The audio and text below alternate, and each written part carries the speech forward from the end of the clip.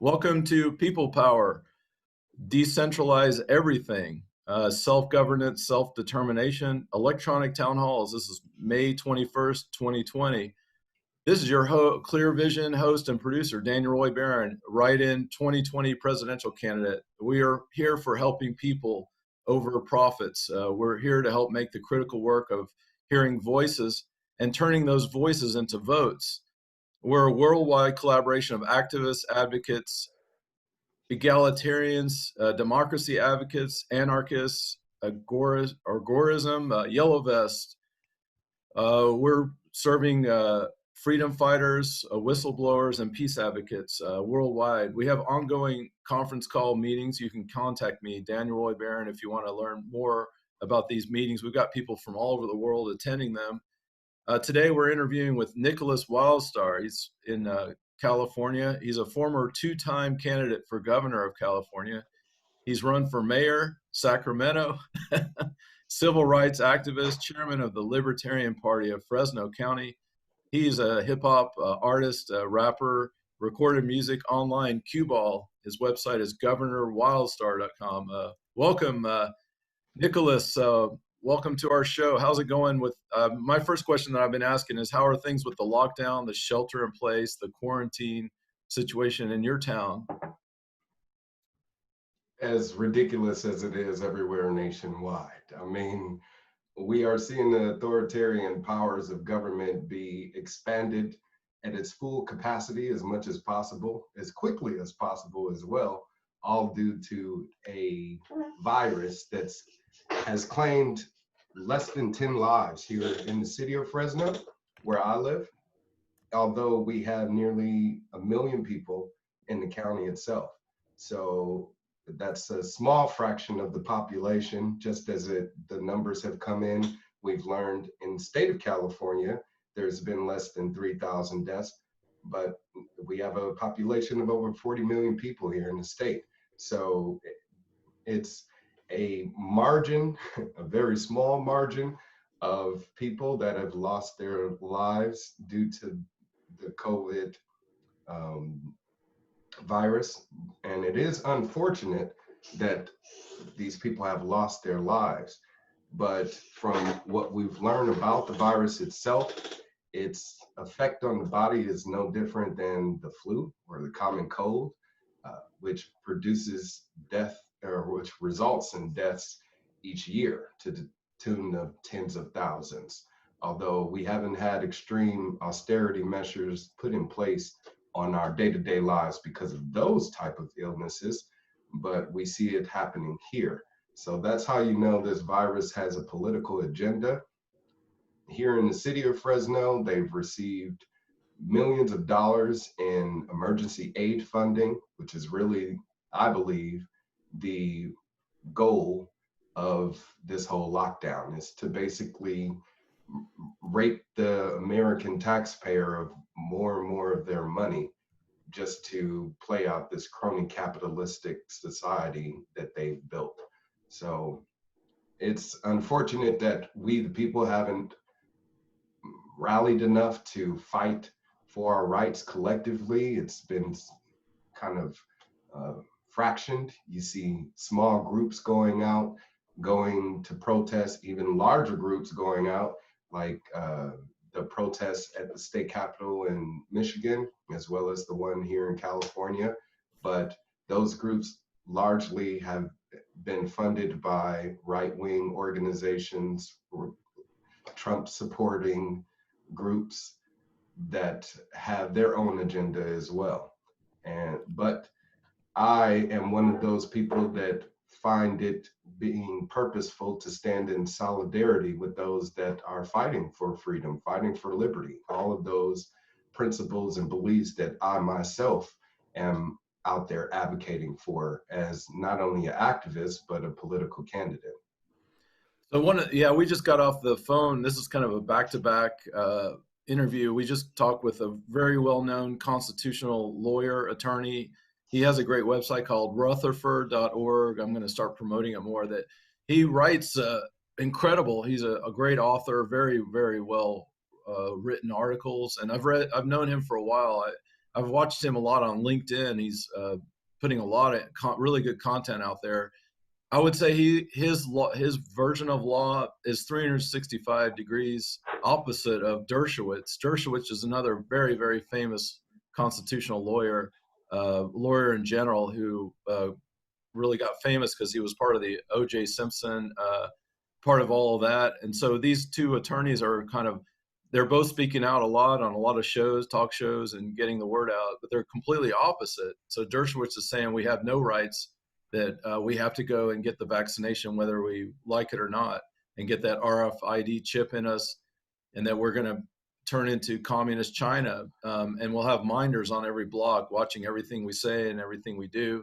These contact tracing armies are really disturbing. That have you heard about that HR 6666 bill that's coming through Congress? I'm not sure if it's approved, but it's $100 billion to bring in these contact tracing armies. And I did another video about that, where Bill Clinton, and he's talking with the governor Newsom and some other governors about contact tracing armies, but you never hear of us losing our privacy rights. In the same breath that they're going to say contact tracing armies, they should be saying, what about our privacy rights? They never do that, though. They only say, oh, we need contact tracing armies.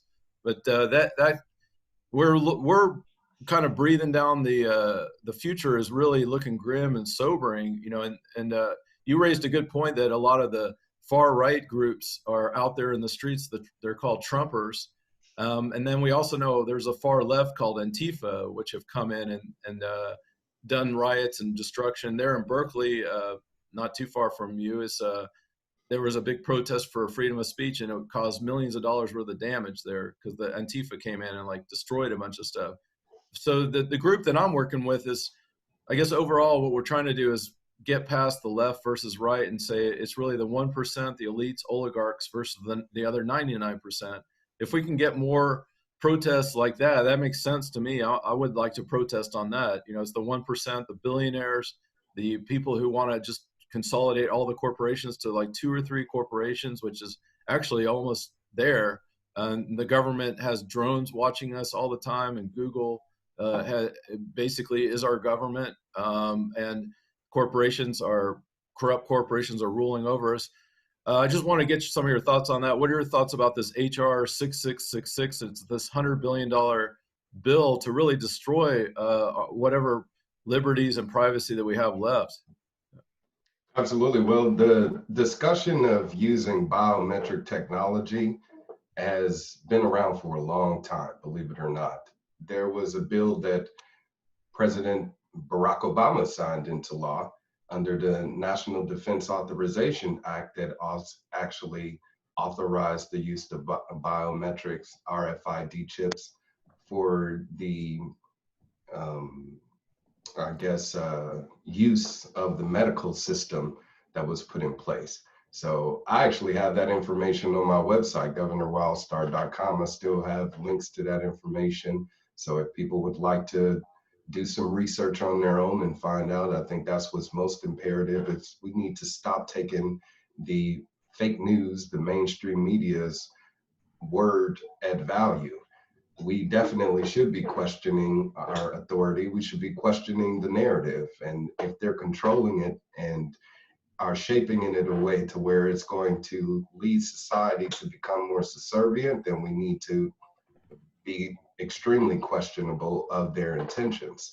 Like you pointed out, them bringing up the use of RFID chips, biometric technology, but not even discussing privacy rights. So the individual has lost its authority over itself under this totalitarian government. And for it to be discussed that we could have mandatory vaccinations forced upon us by the military and have to take a temperature or have to take a COVID test just to travel domestically.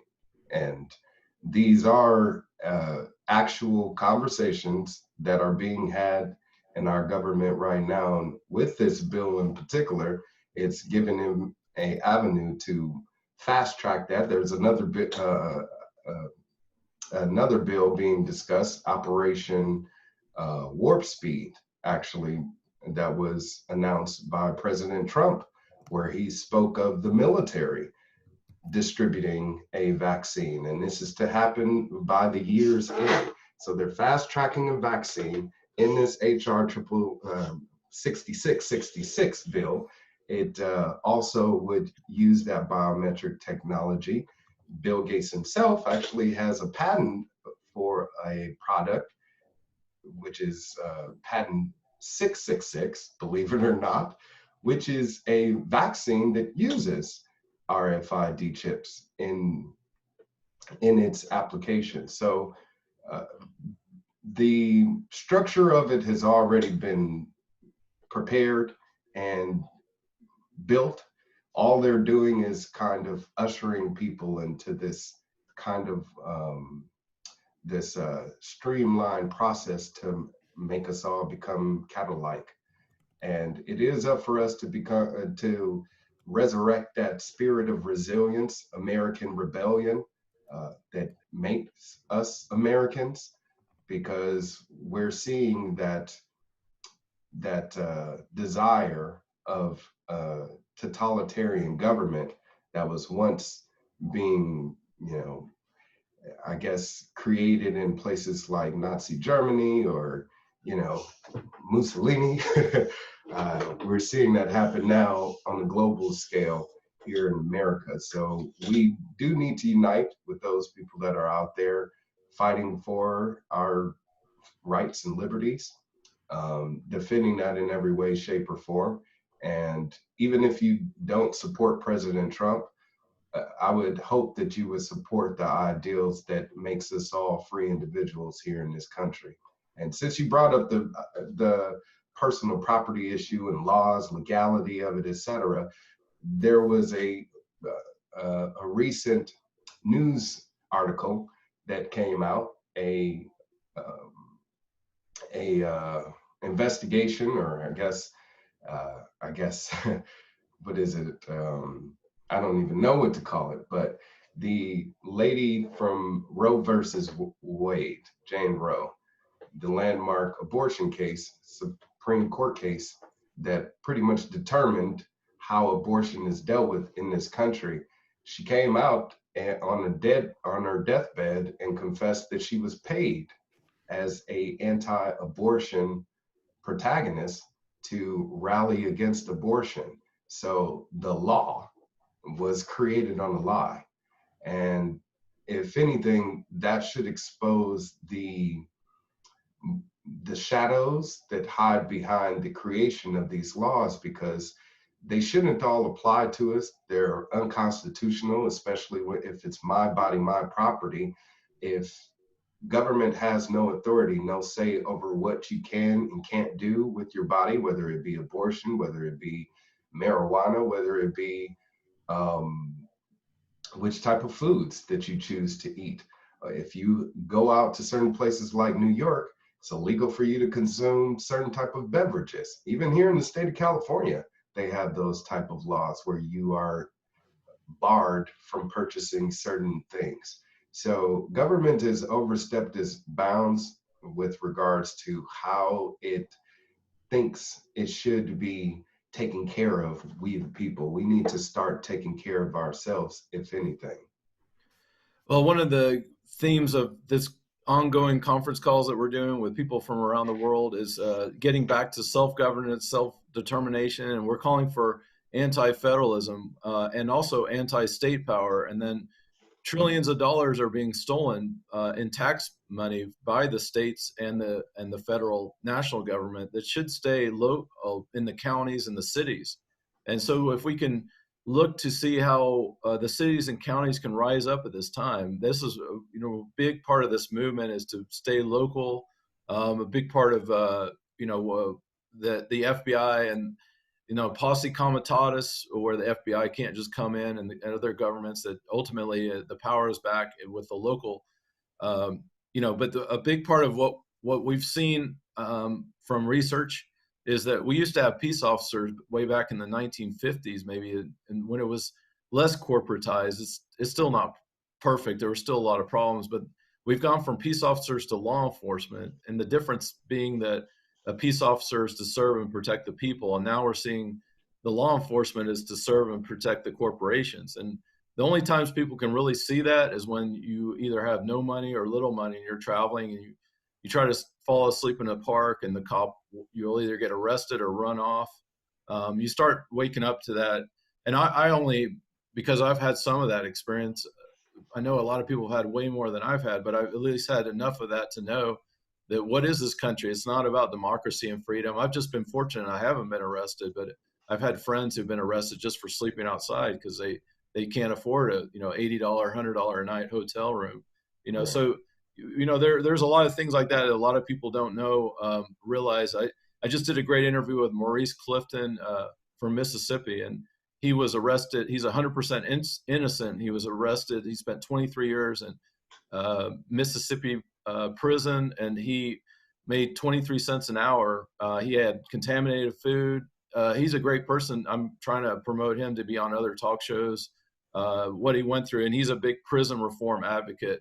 And the people who accused him of the crime are in jail now for 8 years for corruption. So, you hear these horrific stories of what is this place, and I've come to the realization that people in the U.S., we have no right to criticize Kim Il-jung in Korea for being a horrible dictator until we reform, get rid of the Jim Crow law prisons and the horrible treatment of people in prison. We have no right to say anything about all these other horrible totalitarian dictators like Kim Il-jung until we clean up our act, like legalize, decriminalize all the drugs, and then expunge and exonerate people that have had any drug-related issue. And so what are some of the things you're seeing along those lines as far as, our horrific Jim Crow law prisons and things like that?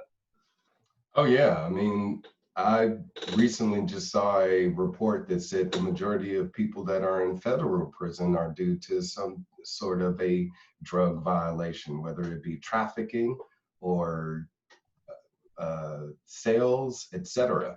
So when it comes to the American dream, if we didn't have every action of our life codified, including going out into the world and trying to earn a dollar and provide for ourselves, the pursuit of happiness, then we wouldn't have such laws being applied towards us or even created.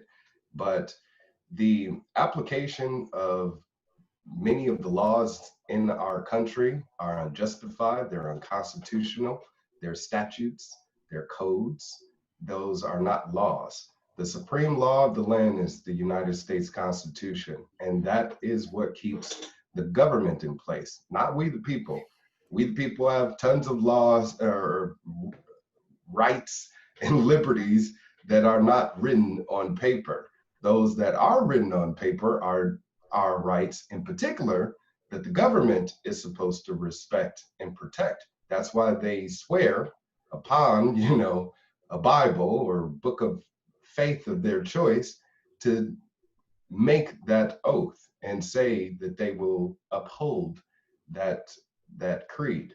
So for them to violate that oath, we see that so many times. They take the oath to uphold the United States Constitution, and then once they go about doing their job, whether it's someone in law enforcement or some politician, then they are breaking that code. They're acting under the color of law when really they're making up these laws as they go along. It's becoming more draconian. And that's why I'm an advocate of libertarianism, because it speaks one truth that we all know, no matter what your faith is, no matter what your religious or political belief may be. And that's the golden rule of life. Treat others how you want to be treated. Don't cheat, don't steal, don't kill, the basics. And if we can do that, we can live in a peaceful society, because we all will be respecting that moral code that has been instilled within each and every one of us. The government didn't put that there. The government does not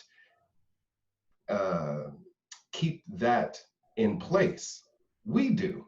If you go out to your restaurant, well, you used to be able to, Just think about it. When you used to be able to go out to a restaurant or a theater or a public place, everybody acted civil, everybody acted respectfully and peacefully, and that wasn't because police were present. That wasn't because there was a threat of rule of law.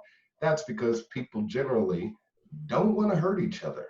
We don't want to steal from each other, and we don't want to harm each other in any way, shape, or form. So when it comes to self-governance and autonomy, that can be resurrected with a proponent of libertarianism in leadership. That's my goal as a advocate of libertarianism.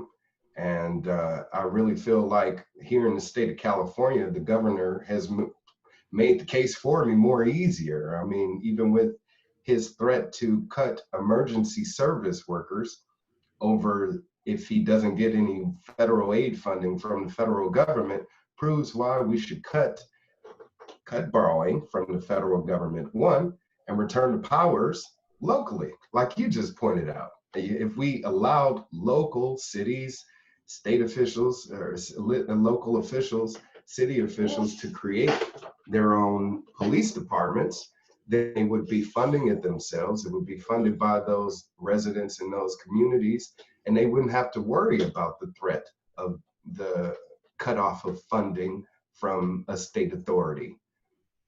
There it is right there. Even with homeschooling, they've made the argument of supporting homeschooling better for the libertarians, because that was the argument before, was we should be giving more power of how the children are educated to the parents, not to the state. And that power of choosing how your child is educated has been returned to the parents of those children. And now they're working closely more closely and have a better relationship with educators also because of that. They're now working one-on-one and are able to do Zoom conferences like this and get into people's homes directly. So now it advances the opportunity for educators to build that relationship as well. So we see benefits of this lockdown that we can use later on in down the line when we start discussing these things, and also with the income tax. Right now, since the majority of us aren't working because our jobs are not essential, we aren't being charged any tax on our income because it doesn't matter. So guess what? Once this is all over, we should protest any taxation of our income, because they don't need it now. They shouldn't need it any further in the future. And it's unconstitutional in itself as well.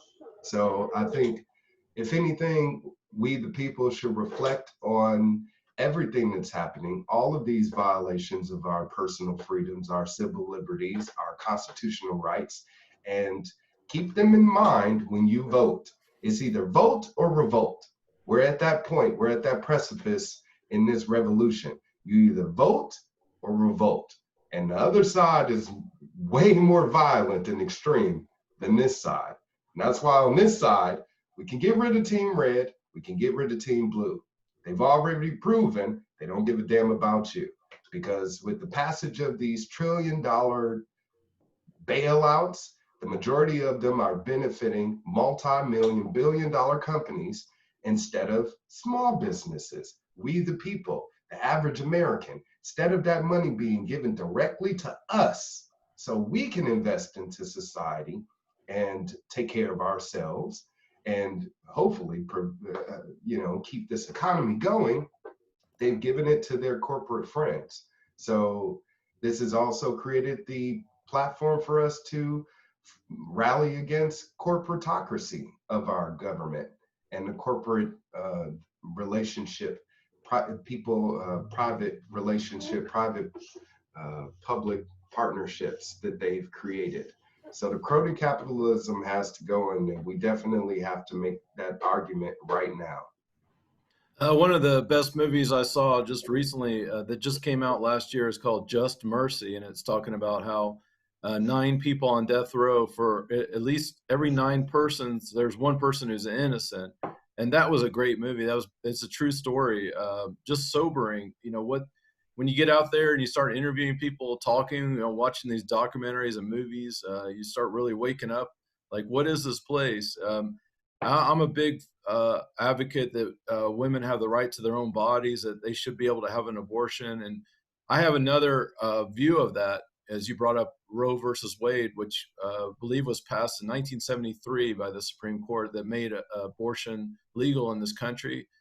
And overall, that's been a great decision. And we have Planned Parenthood, and we have that. I've come up with this, a different view of this is really important when it comes to the word abortion, is that forcing a woman to have a family against her will, if abortion was illegal and she wasn't able to have that abortion, that's another form of slavery. It's like she's forced to be into a family against her will. That I see that as slavery. So what do you think about that? It definitely is a form of slavery, because enslavement of the mind, you're forcing the individual to comply with your desires, your ideals versus their own.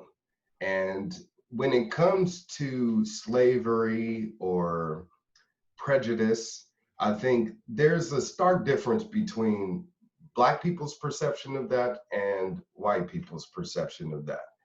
And that's why we have a lot of these unjust laws that have overstepped outside of government's bounds, is because you have a lot of privileged people in positions thinking that they have dominant opinion and dominion over another. What a woman does with her body is her own business. What I do with my own body is my own business. So it shouldn't ever have come up to debate. It shouldn't have ever become a matter of legality. And that's what I mean about the law being created out of this civil dispute, because it's a dispute between private individuals. That's how it should have stayed. But instead, they publicized it, romanticized it, and politicized it to now fulfill an agenda. And that is to control you, the person, in every way, shape, or form, because it's a slippery slope. If we can talk about what a woman can and can't do with her own body, then we can talk about what you, a man, a white man, can do with your own body. You see? And that's why the sexist part of our government comes into play a heavy role as well, because it is heavily sexist. It is heavily masochist, and it is highly controlled by men that would like to see the world be their way in their own eyes. And that's the way it's always been. And we acknowledge it as a society. We embrace it as a culture in America, and that needs to stop. Because if we really want to stand up for the true values that the founding fathers of this country built it upon, then it starts first with us respecting the life, liberty, and pursuit of happiness of each and every individual. Respecting the individual and their own personal sovereignty, versus thinking that we have authority over them in some way, shape, or form. And it starts first with our leadership, because they are the ones that we're putting in positions to, I guess, dictate to the rest of us how we should be modeling ourselves. So if we have a fascist in office, if we have someone who's sexist in office, if we have someone who's prejudiced in office or racist in office, or who could give a fuck about us in office, then we're going to start seeing that, the reflection of that in society. That's what's happening right now. I think it's bubbling to the surface more than anything.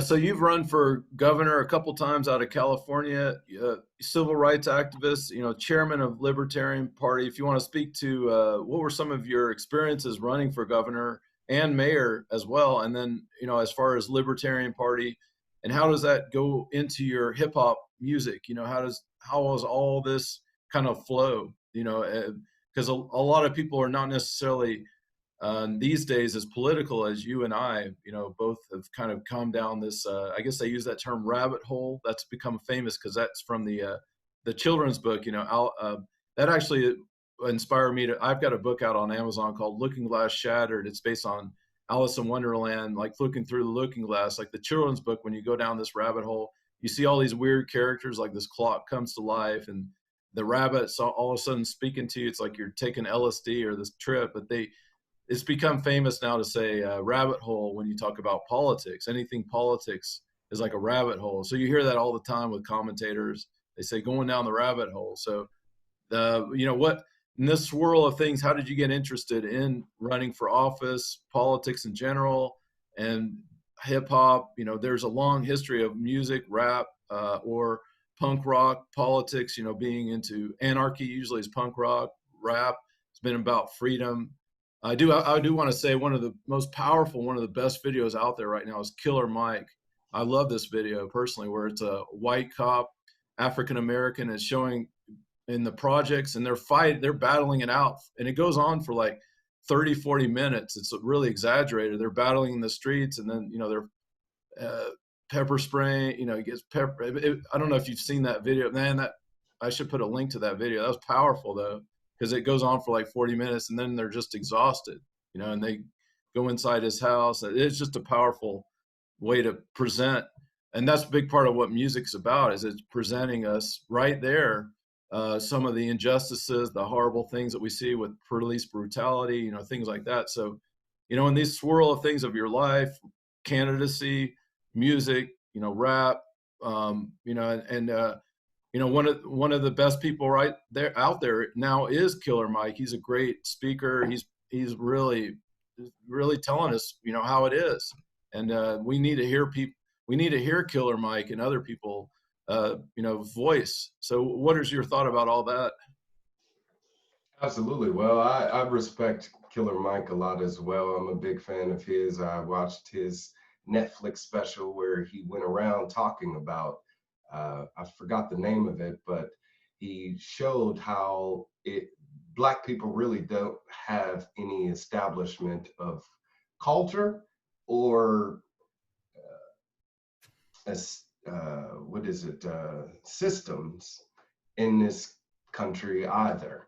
He tried to buy Black his first episode and do nothing but exist off of Black owned products, and it was very hard for him. There aren't any Black hotels. There was very few Black owned travel companies. As far as airlines, none. He had to travel on a bus company, so he was trying to do a tour leg just off of Black owned businesses. He couldn't go to any restaurants because a lot of the restaurants provided food that weren't from any Black owned farmers, even at the Black owned restaurants. So I really respect him and appreciate him for using not only the art of music, but the art of video to dictate to depict to us this reality that we all seem to kind of ignore in some way, shape, or form.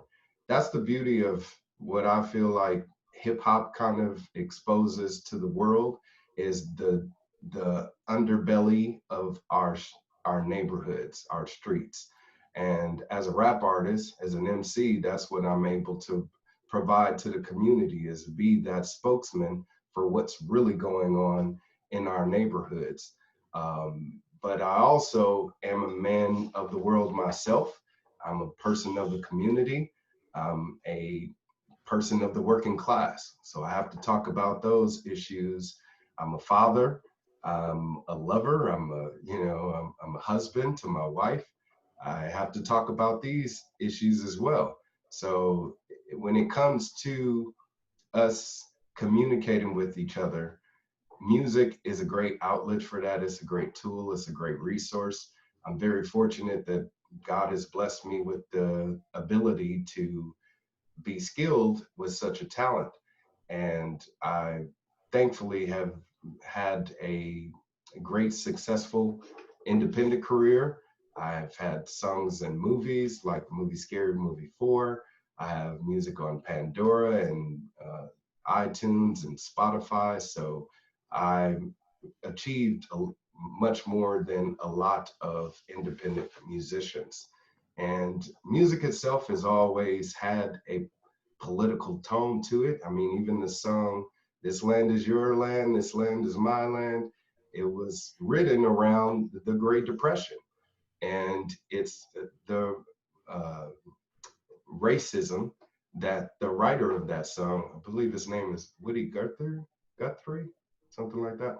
Anyways, he wrote the song because he was out there working in the farms and he was seeing the prejudices against Black people who he worked very closely with.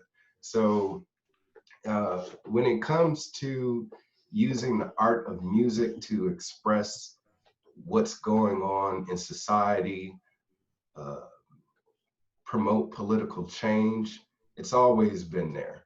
So thankfully, I was able to tap into that part of me and what I desired from my career as a musician. And I knew that if I was to ever become successful, the music the, that I was putting out in the world, that I would like for it to have a message that hopefully would motivate that type of change and inspire that. And it has to be positive. And I call myself a raptivist.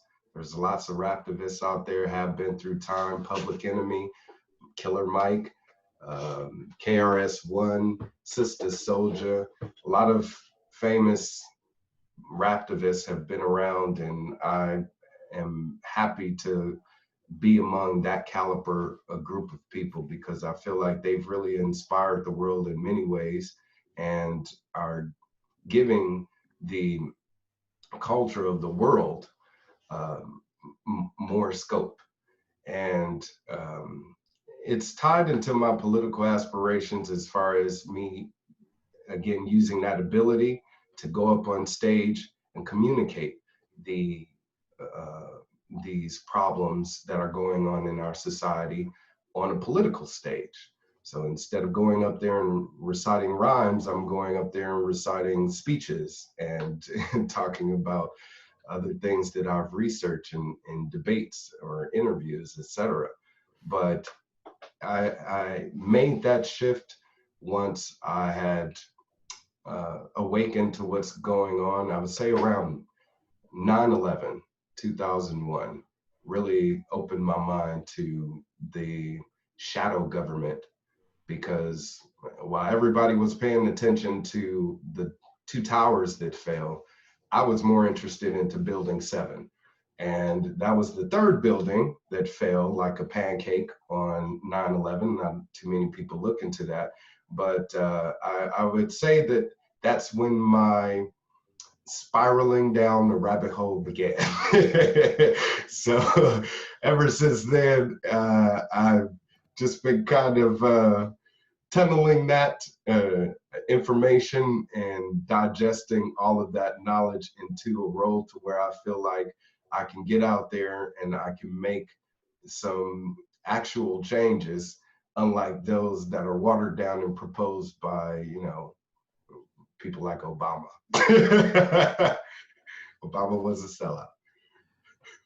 Yeah, one of the things too that we had a lot of hope about Obama and that he would be this miraculous. He would come in as a progressive, more like what Bernie Sanders has been promoting. And we've learned that oftentimes the corrupt Democrat Party, I call it the corrupt Democrat Party and the corrupt Republican Party, that they've hijacked the word progressive. So and now I just interviewed Jared Beck recently as the lawyer who sued the Democrat National Committee. It was a really good interview about pointing out that so much corruption and that money should be refunded back to the Bernie people. I do like Bernie. I like a lot of his ideas and what he's talking about, but it's refund the people back, because now the money, hundreds of millions of dollars is pouring into the DNC that people gave Bernie, that was not meant for the DNC, it was meant for Bernie. So, and unfortunately, Bernie really should have ran this 2020 as a independent. He shouldn't have run as a Democrat. And so people feel punched in the stomach who were the Bernie bros, and there's that whole Bernie bro thing. I did want to mention before we end the interview, there's a really great a series called Fall of the Cabal. It's really worth checking it out. It's part 1 through 10, Fall of the Cabal. For the audience, it's on YouTube. It's a free YouTube videos you can watch. They're really well done, very powerful. They're, take it as it will, do your research, check it out. I tell people, but it's pretty much saying a lot of things around us are really fake. The only thing I don't agree with is necessarily, they seem to be really about Trump, saying that he's this hero and savior, and I don't agree with that. It's part of this QAnon, which I'm still learning about, this whole the Q, which is kind of another popular buzzword. I did want to also mention about Killer Mike. That's great that he was going around making sure and supporting only African-American businesses in the country. That reminds me of another movie I just saw recently that is recently out, called The Green Book, a true story of going to the South and having to go to only African American businesses. It's interesting, The Green Book and what Killer Mike does. I feel like there's like a parallel there, because that movie just came out recently, where if you're African American from like New York and you had to come down to the South, you had to be really careful, and there were some laws in some of the Mississippi, Alabama, where you couldn't be out after dark. You could get arrested just for being outside. So that was during the Jim Crow, and now the Jim Crow prisons are still there, where we're seeing a large number of African American women in our prisons now. That's really been a huge thing that a lot of the mainstream media is not talking about. So I just think that was an interesting parallel between Killer Mike and The Green Book. Those two movies, the movie and what he's really bringing awareness to. So what are your thoughts about all that? Yeah, like I said, I really think it's great that all of this is kind of being exposed on such a level, and especially with the Democratic Party, the Jim Crow laws. It's unfortunate that a lot of Black people are supportive of the Democratic Party, me being one of them at some point, and not really knowing the history of the party itself, and knowing that the systemic racism in this country that we've existed, that has existed and we've experienced, has been because of Democrats. Okay, if you're watching this, you're a Black person, you're a Democrat, a bitch slap you. Stop doing that. If you are still supportive of the Republican Party, no. I mean, there's certain Republicans that probably support some ideals that you believe in. There's some Republicans here in the state of California I support over Democrats because of what they're proposing. And they're Black candidates running as a Republican. I plan on running as a Republican in 2022 against Gavin Newsom as a candidate for governor. So to make that shift politically, if you need to do it as a strategy in order to get into office and make that real change, then please do so. But still thinking voting for one of the two that's going to change it, especially when they're establishment candidates. I don't know why the Bernie bros didn't ever look at Bernie's history to know that he's an establishment candidate. He could care less about, helping the people of the community, and all of the things that he proposed kind of picked up where Obama left off: free health care, free education for all. And the main question should have been, how are we going to fund that? And how are we funding it now? And like you said, all of that money that those supporters of his, those people that contributed to his campaign financially, are now out of money, goes to the DNC, and it goes into Joe Biden's campaign. So it goes to their candidate of choice versus yours. One is representing we the people. So getting money out of politics is always the first thing. You didn't hear him saying that, you know, and if he did talk about it, he probably was like Obama, doing this and being nothing, providing nothing but lip service to that idea. And then once he gets elected, take a $500,000 check from Goldman Sachs. So if they've proven through their record that they do not support any ideals or a real political change, policy change that would benefit we the people, then it's best not to take them seriously. For instance, with Bernie Sanders, he was actually asked by Dr. Ron Paul, who authored the Audit the Fed bill, to co-sign on it so he could audit the Federal Reserve, which has never been done since it's been established in the 1930s. So Bernie Sanders did not back that bill. It was only Ron Paul who basically championed that bill all the way till he ended up retiring, which ended up dead on the Senate floor. So it's unfortunate that, again, this is happening in our government. We allow it to happen simply because we're playing into their game, thinking that things are going to be different. So we have to get away from that. The Republicans and Democrats started out as the same party to begin with.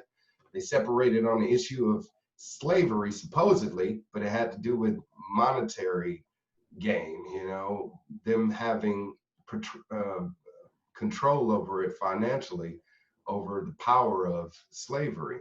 So we definitely should be doing our research as individuals. We should be finding out more about these founding documents, the Constitution, how it applies, the Declaration of Independence, the Bill of Rights, and know government's real role in society, because it should not be Big Brother. It should not be the mother or the father and the provider for us.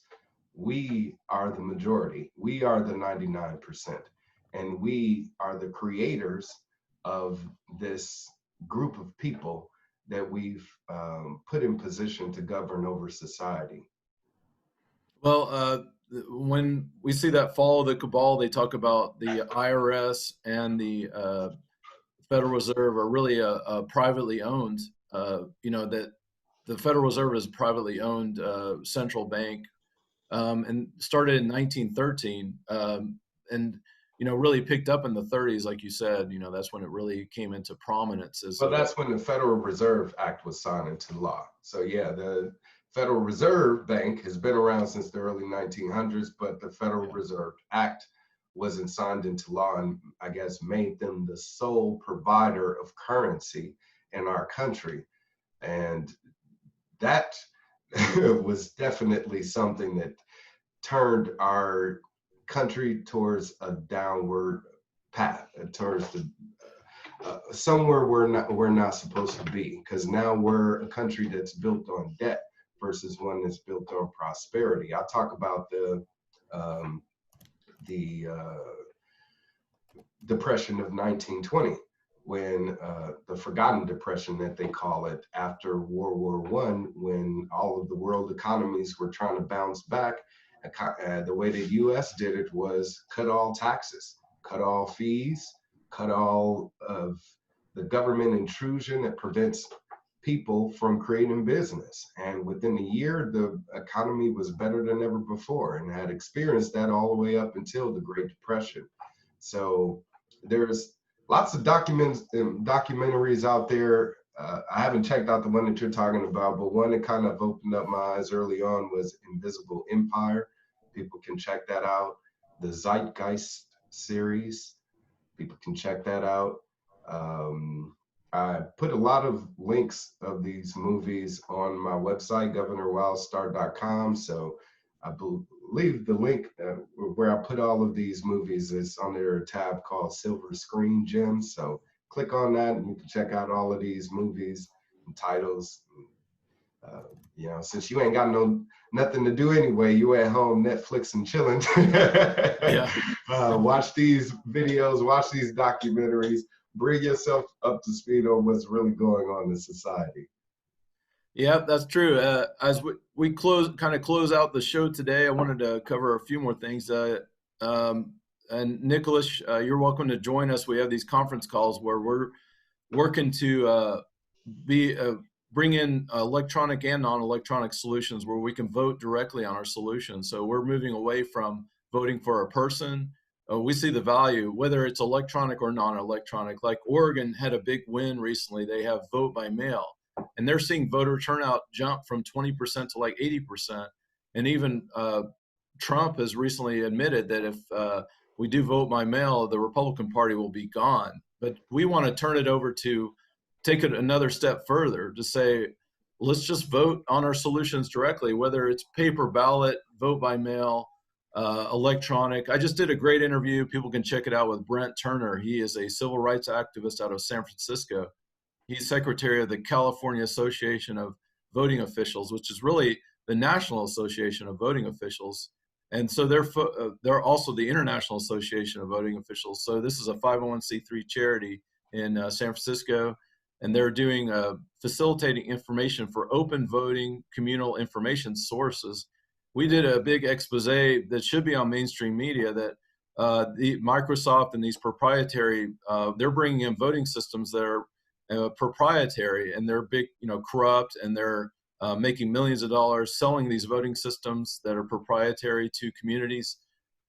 Here in Austin, one of my many goals, because I'm an IT background, quality assurance, technical writing is my background, and creating apps. I want to create an app called e-town halls that will enable people to vote for solutions for their community and country directly.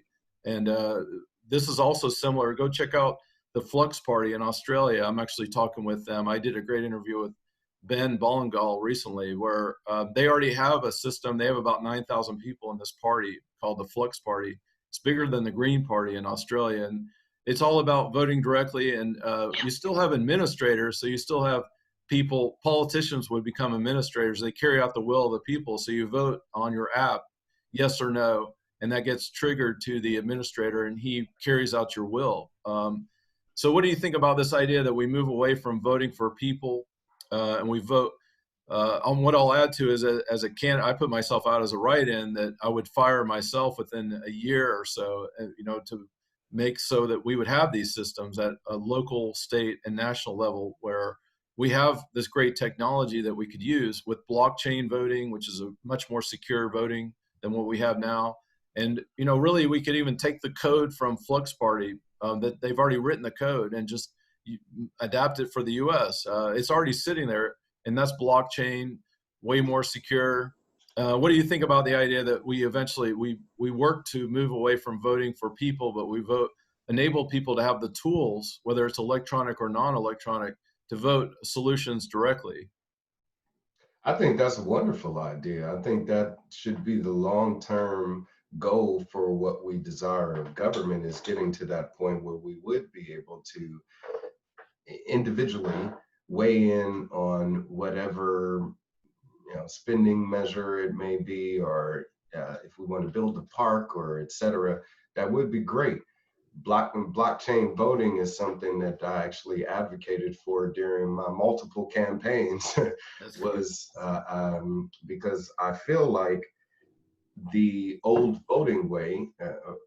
way of voting doesn't really serve us anymore. I mean, technology has gotten to the point where it's providing wonderful advantages.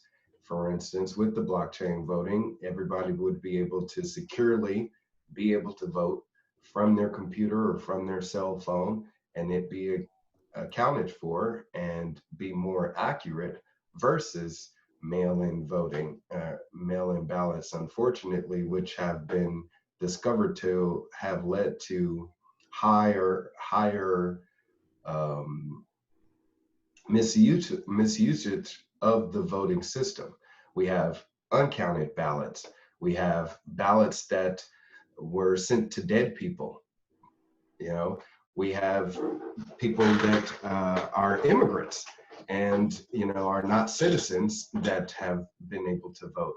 And although that's something that I do support as well, I believe when it comes to the American people and them being able to have the choice on including those residents that are not citizens, have that choice to vote on including them as well, opposed to government making that choice for them.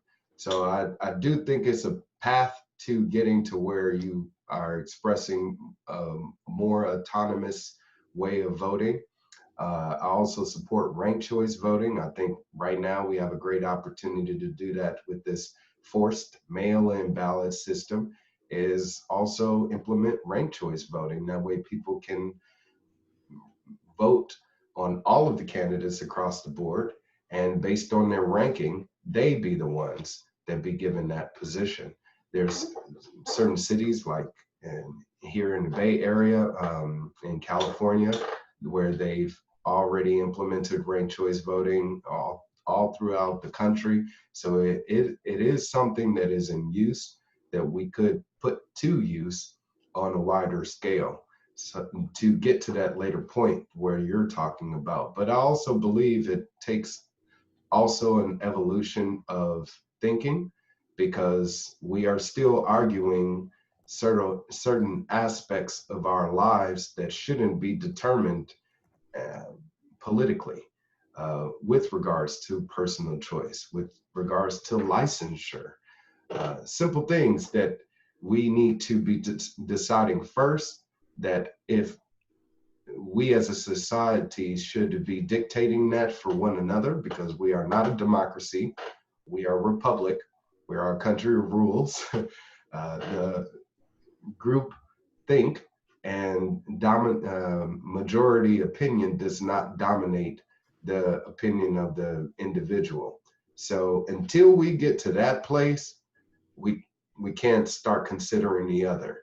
And it's just like right now with us building AI and embracing ideals of transhumanism and that type of technology in society, when we haven't thought about the ramifications of it later on down the line. And if we can't respect each other as individuals, how can we ever respect someone that's made in a pod, or, you know? And it's just creating more problems. And I feel like there needs to be some evolutionary thinking happening first before we start implementing these policy changes.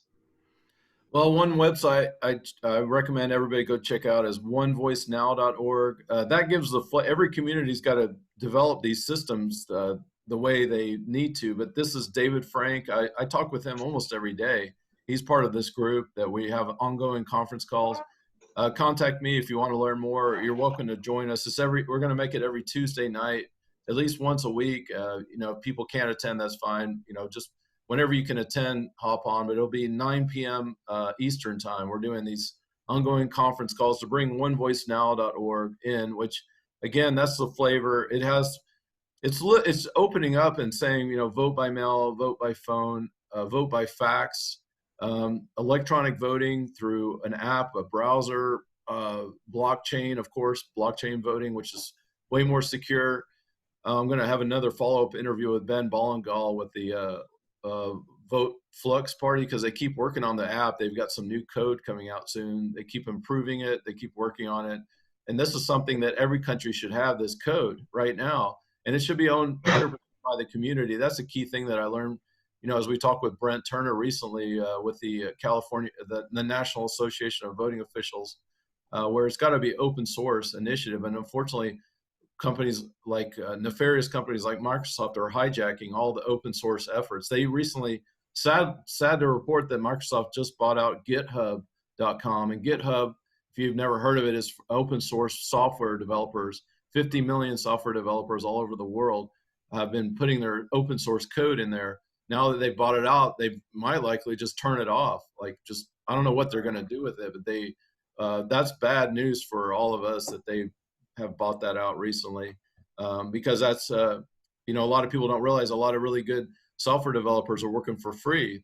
Some of them are making $100 to $500 an hour as a software developer, but some of them are out there because they see the value in this code and they do it for free as a service, just like trying to make this everything a better place.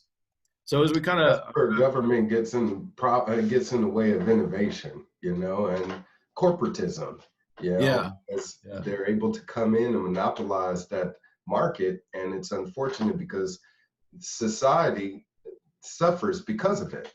I would love to see more development of better technology because of open source communications between developers. And I think that's why we have the use of 3D technology sort of picking up. It's because of that sharing of knowledge happening.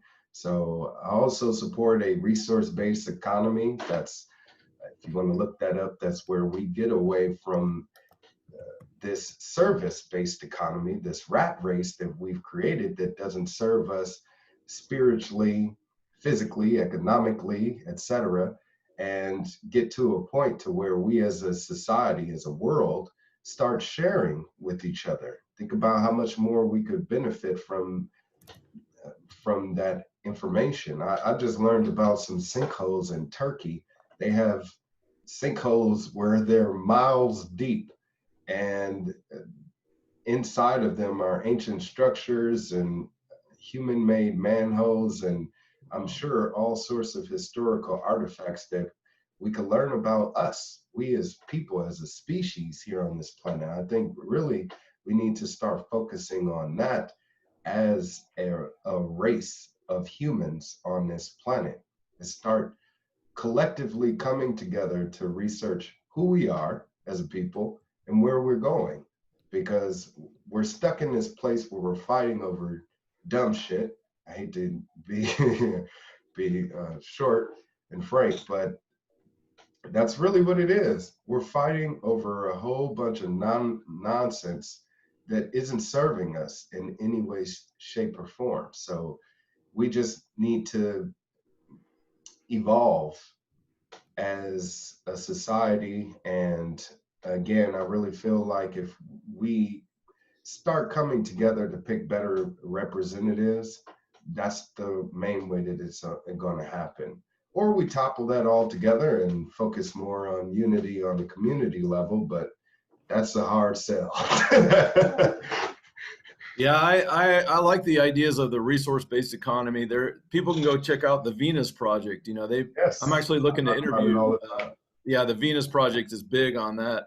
I also recommend the people go research egalitarian. I just interviewed John Spritzler, who's probably the world authority on egalitarianism. He's written books on it. The premise of egalitarian is that there's no rich and no poor. If there's a $500,000 condominium somewhere on the planet, or maybe $1 million condominium, whoever the janitor is should be able to live in that building, and that's a key to egalitarian. So I like to bring that up. That's a really simple argument to say, if you're I'd like to talk to him about that, because I got a problem with that. If I work to get rich, then it ain't my problem that the poor man don't have that same desire for himself. That's just the way that it is. So we can't think that there shouldn't be a divide by the haves and the have-nots, because that's created by the individual in themselves. I can have as much as I want to have in life as long as there aren't any boundaries in front of me, no restrictions to obtaining that, because I have the wherewithal within me to want to do anything to obtain that.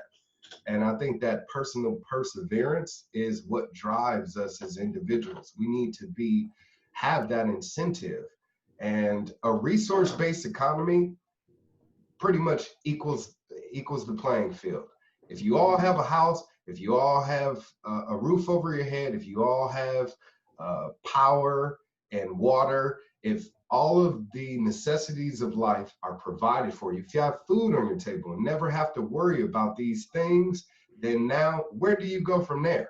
If you want to travel around the world and there's already a system that provides that, and you can jump in a tunnel, some pod in a tunnel and travel from here to Spain in 3 hours, then if someone that created that system wants to charge for it, you have to go out there and earn a living for yourself to be able to pay for that.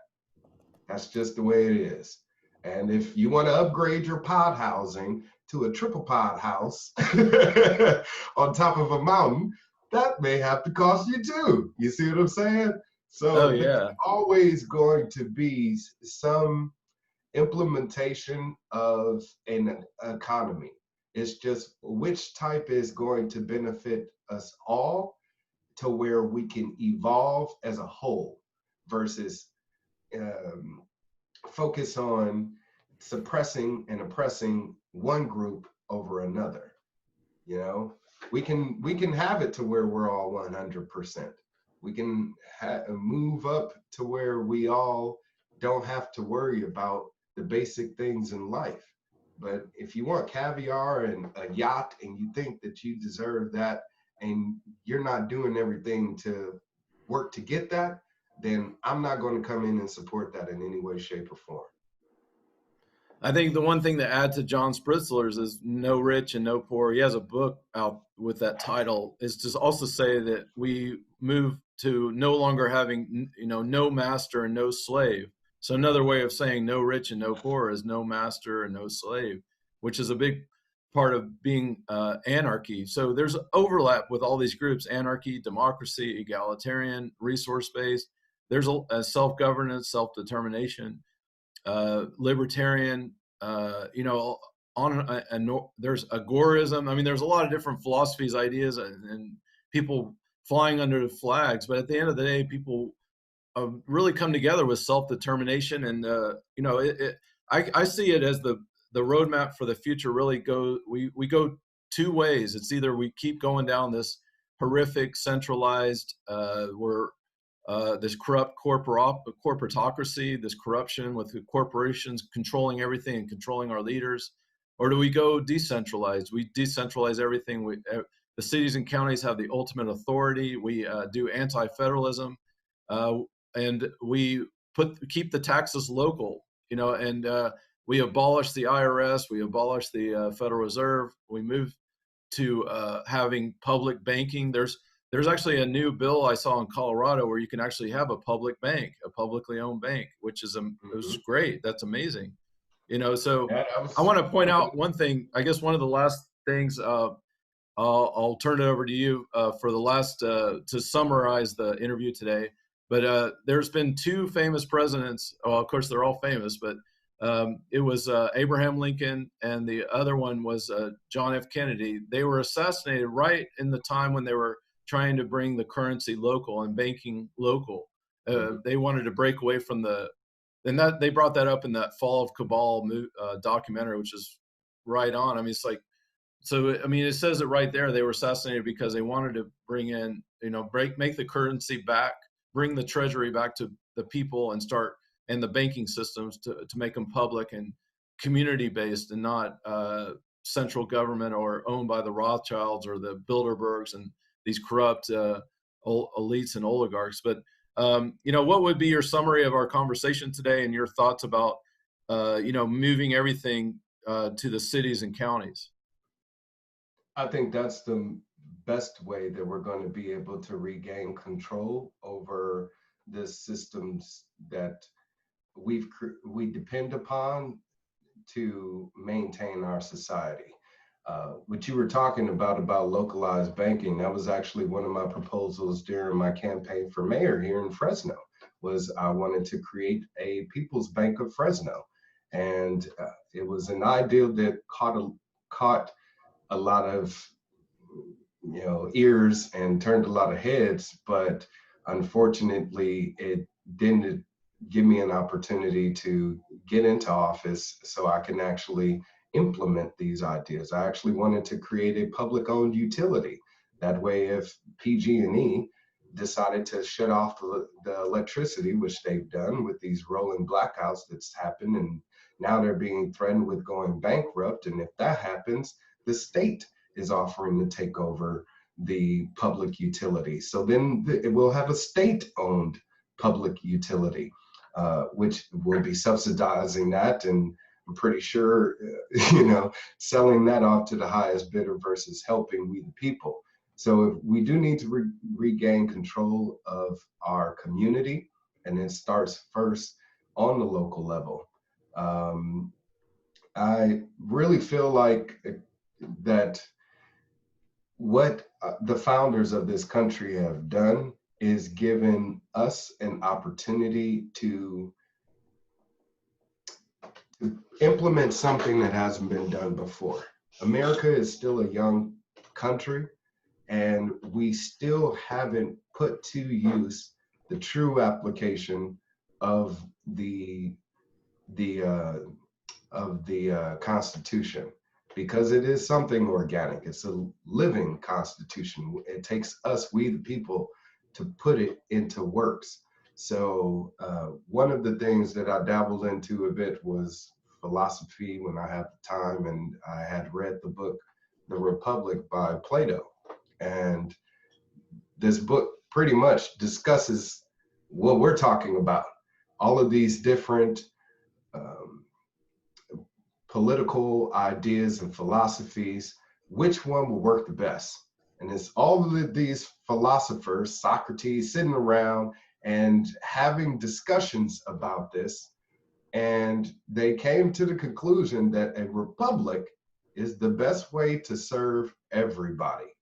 So if this has been had hundreds, if not thousands, pardon me, years ago, then where are we now to where we have come as a country and are still having this organic living document being put into place?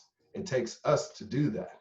So if anything, I hope that people have been inspired by this conversation to start acting locally, start looking into your representatives, start doing more research into their histories, their past records, instead of waiting for them to just pop up on the scene and proposing, out of this world ideas that don't really have practical solutions.